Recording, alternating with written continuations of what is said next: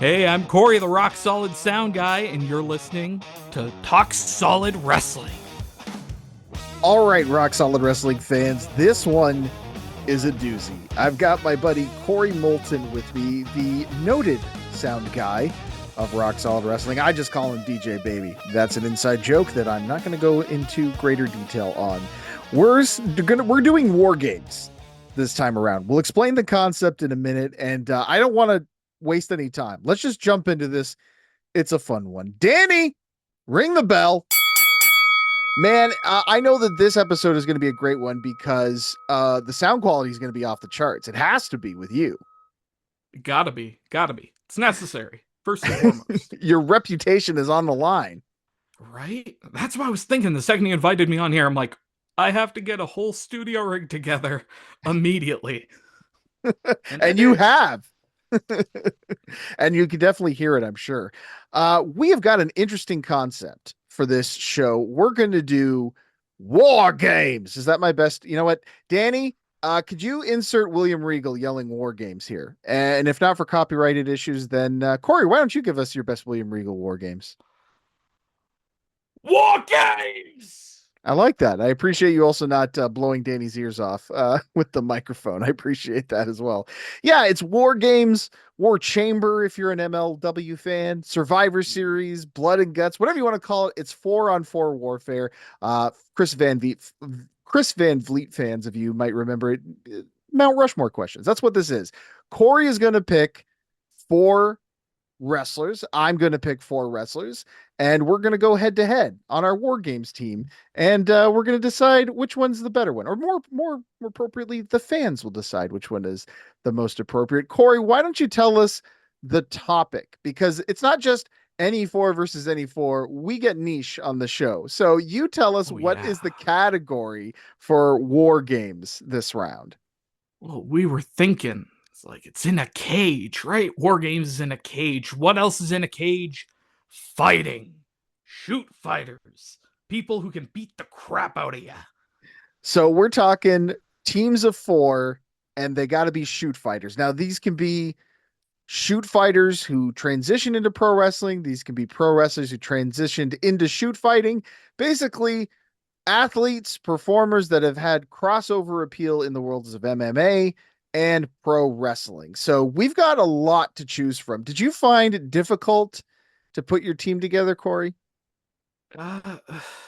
Honestly, it's really tough to find the order of these guys because there are the guys who are freaks, and then there are the guys who are just really tough but not quite as big. So you just wonder where you put those guys in.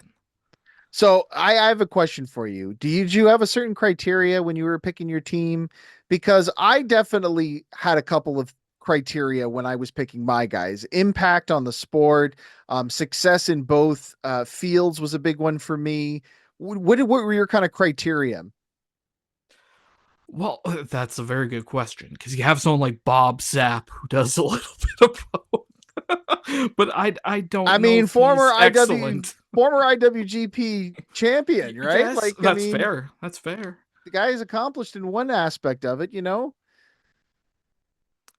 I respect it, honestly. Anyone who's willing to do just about anything for $1,000 has my vote of approval.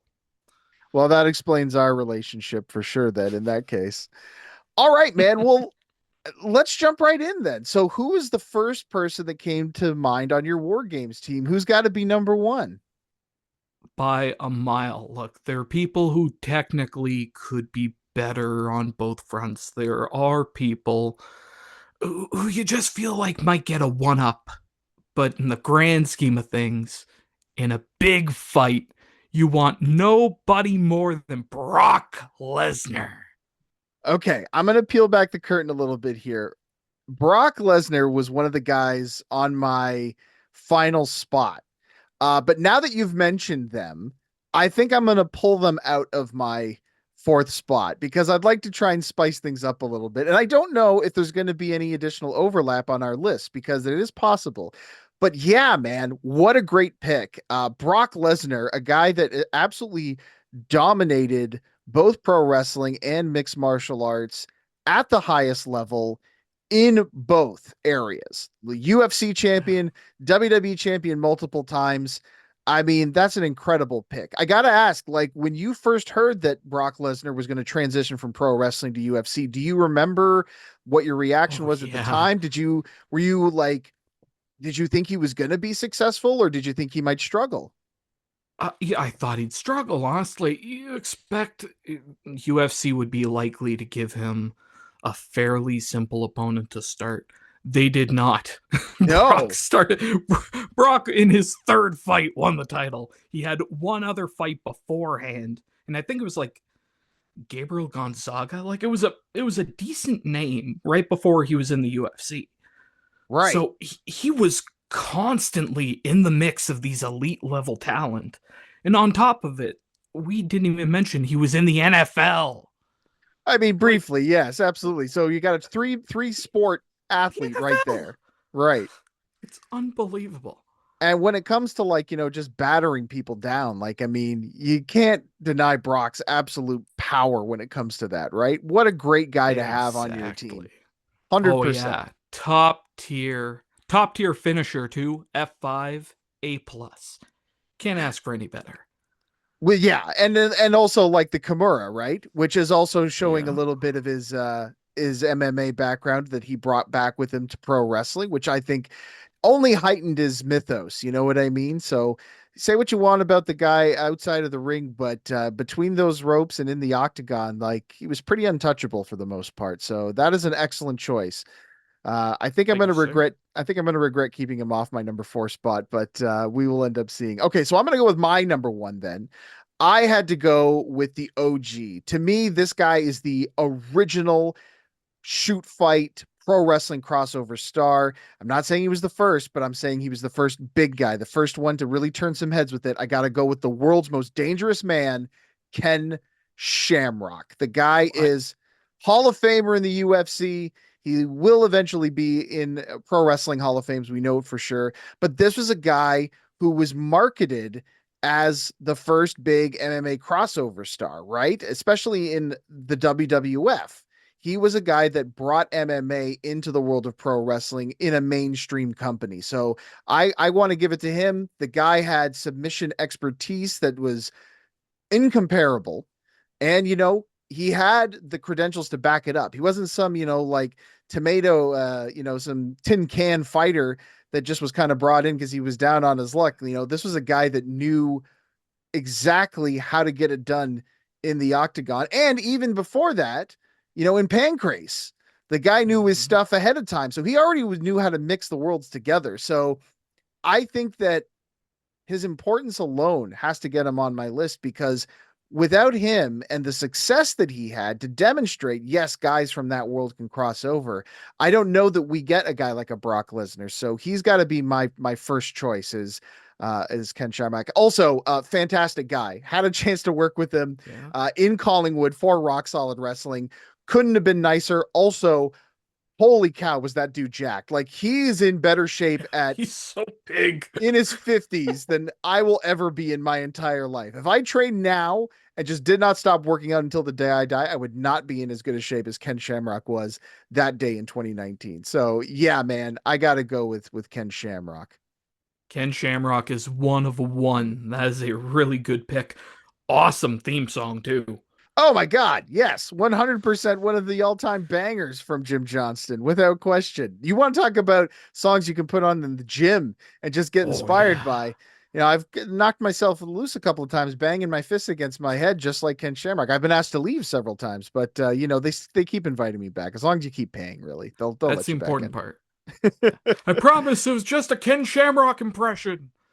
Do you have any like memories of Ken Shamrock either in UFC or WWE that stand out for you when Oh you people bring yeah. up his name? Anytime he fought Tito Ortiz was their hatred of each other One of the most was so legendary feuds. incredible. Absolutely. Absolutely. And Didn't me he say being, he'd beat him into living death? I think he said something to that effect. Yeah, pretty.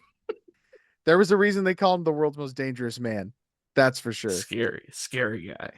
Okay, Corey, who's your second pick for your War Games team? Well, you know what? I've got a guy, I talked about it. I've got a guy who's massive in Brock Lesnar.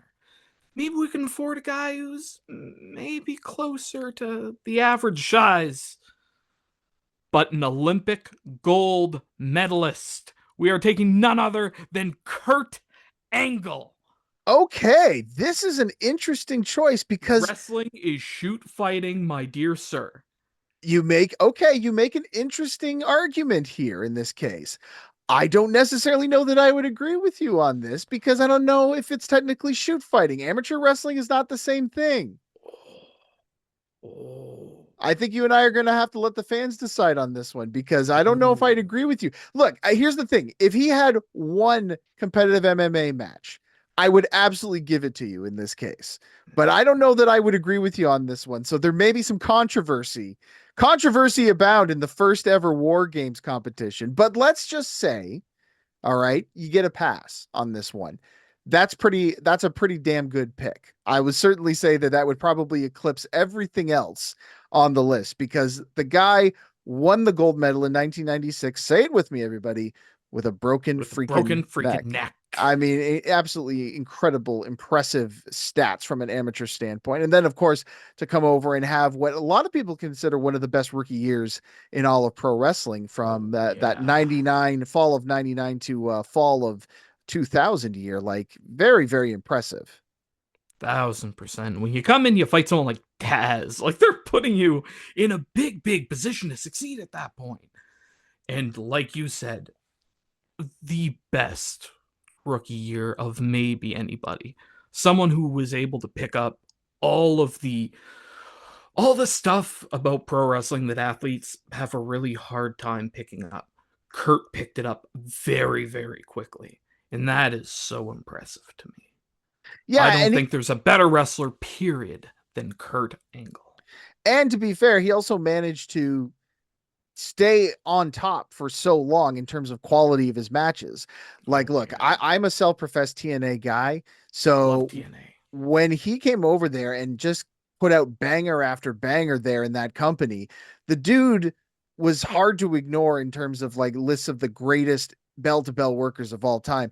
And hey, since we're talking about it, he may not have had an official MMA match, but I would like to highlight his match with Samoa Joe from Lockdown 2008, which was clearly inspired by the UFC and MMA shoot fighting. Both guys were in shoot fight gear. They both wrestled a worked shoot style of a match, and it's great. It's a really awesome contest. So I'm just going to throw it out there that if you kind of want an example of how this guy might have done in the cage, I'd say go watch that match. That's a good one. I have a good example, but you can't watch it. Oh, do tell. He took down Brock Lesnar backstage. I guess that's true, right? There are Like, stories of him taking him down. the best by far. He could beat, I don't know if anybody up, but on any given day, he could beat anybody up. There's always a chance with Kurt Angle. No question about it. Absolutely. Okay, man, very good pick. Two big heavy hitters right at the gate. I'm starting to see kind of a pattern here with between your guys and my guys because my guy is a little bit more of an old school talent, but I think due to his longevity and his reputation, both in the world of MMA, but especially in the world of pro wrestling, we're going overseas. The second man on my War Games team is the murder grandpa himself, Minoru Oh, Suzuki. oh, wasn't on my list. I love Murder Grandpa. I met him in Toronto. Sweetheart. A Okay, you terrifying, terrifying man. tell me about that story because that's one I got to hear. Literally just an ANW.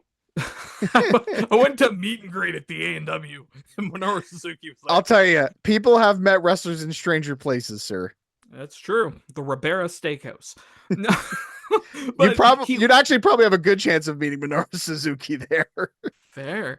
But yeah, it was a meet and greet, and there was the option to meet quite a few people, and there was Tanahashi there, who I was really excited about, and Naito. But I really wanted to meet Minoru Suzuki. So that's what I did. And I have the picture with him. And I look terrified.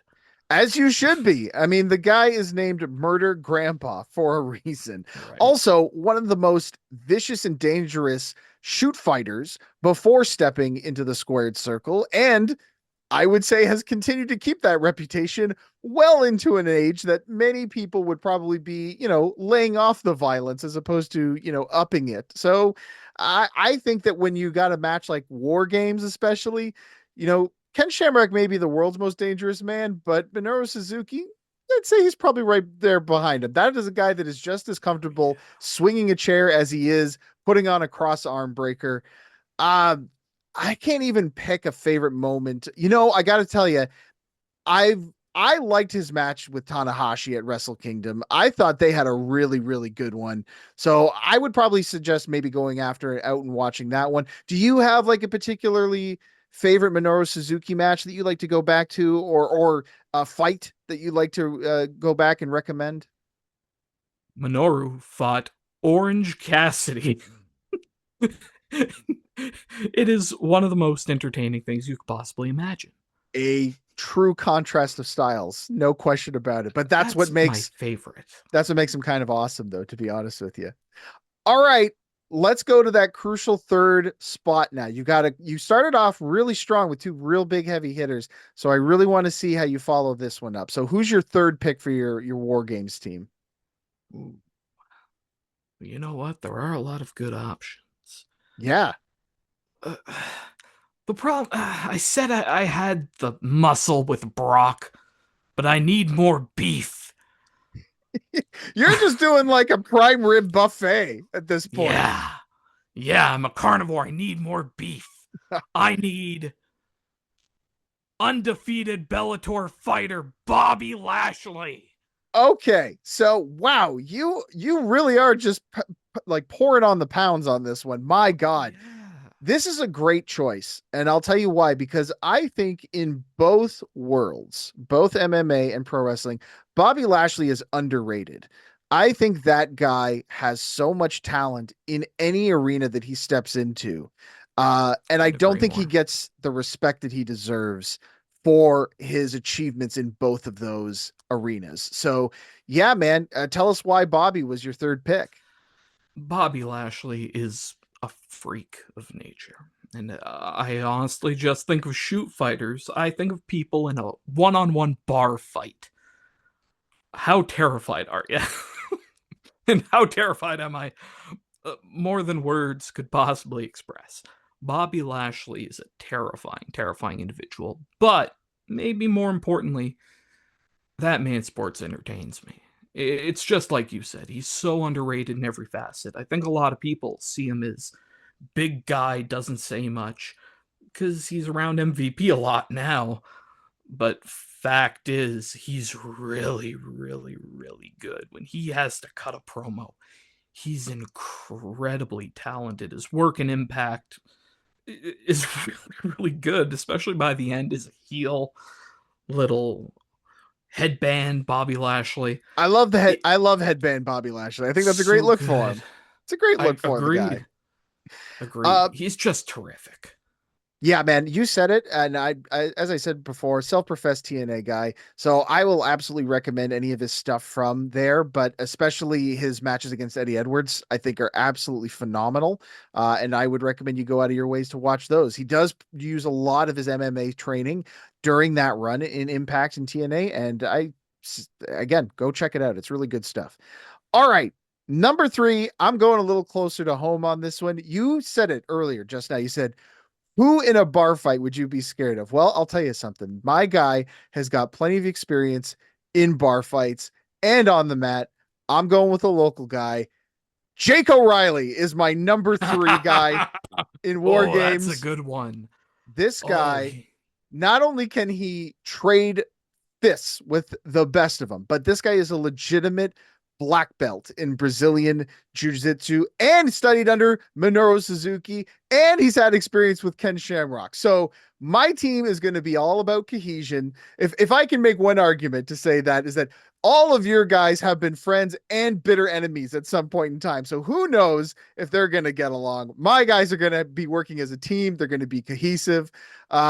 Yeah, man, Jake O'Reilly is one of the toughest dudes that you and I personally know. So when it comes to, and he's a legitimate shoot fighter as well. So I say If you put him in there, he's proven himself against some of the best and baddest.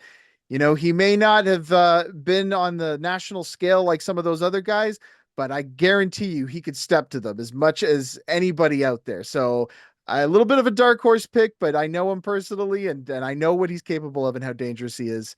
Jake O'Reilly's my pick. I couldn't agree more, but you missed the most important part to me. Which is? Out of everyone in that match, he will gouge your eye out, he will fish hook you, he will punch you in the You know. things. You will be messed up. He Not does not care. He will hurt you in every way, not technical leg locks if he doesn't have to. He'll just rake at your face. Definitely doesn't hurt to have a dirty player for sure. Okay, man, we're getting down to the last few minutes here. Quickly, who's your number 4 pick? I'm going to go off the board here. I'm going to Please go do. kind of crazy. People Go for follow it. me. By far, the most decorated guy that we've talked about in MMA, Kazushi Sakuraba. I was wondering if he would be on your list. Unbelievable MMA fighter, a really, really solid pro wrestler, and definitely a guy that you want in a fight. I would absolutely recommend people go on YouTube and follow just his story and how he changed the game, literally changed the game for both MMA and pro wrestling. We've only got like very close to 30 seconds. We might even be going over time on this one. So I'm going to throw my 4th one out there real quick. I'm going with Josh Barnett. The guy started in MMA, great career in MMA, and continues to keep that spirit alive with Bloodsport. So there it is, folks. And there's the bell. We got it in just at the last minute, or maybe over a little bit, Danny. Thank you for the leeway on that one. There it is. The 4 teams. Real quick, Corey, list down your 4. Okay, so I had Brock Lesnar. I had Kurt Angle, Bobby Lashley, and Kazushi Sakuraba. And my 4 include Ken Shamrock, Minoru Suzuki, Murder Grandpa, Jake O'Reilly, and Josh Barnett. So I'm kind of surprised that there was no overlap whatsoever. And now we leave it in the hands of fans to decide who had the better team. We're going to leave it up to you. Corey, unfortunately, the 20-minute time limit elapsed, which means it is a draw. So you're going to have to come back again sometime. But I want to thank you so much for being on the show, man. It was great having you. Thanks for having me. I loved it. It was great. All right, that's going to do it. I hope you had as much fun listening to that one as I did producing it with Corey. My goodness, was that ever a great time to be had by everybody there. I want to thank Corey for coming on the show. I want to thank Danny for producing the show. And I want to thank you for listening to the show, whether you are doing so on YouTube, if you're doing it on rocksolidfanclub.ca, or if you're listening to it on your favorite podcast provider like Spotify or iTunes. If you want to help out Rock Solid Wrestling and stream us in another way, you can do so on WatchieTV or the OG Network or the Distro channel. All of those free streaming sites have Rock Solid Wrestling TV on them. So download that app right now on all the major platforms and start watching us for free. Yeah, it's not going to cost you a dime to check out the greatest wrestling action on planet Earth. I said it, you heard it, and you'll hear it again on the next episode. Until that time, thanks for listening.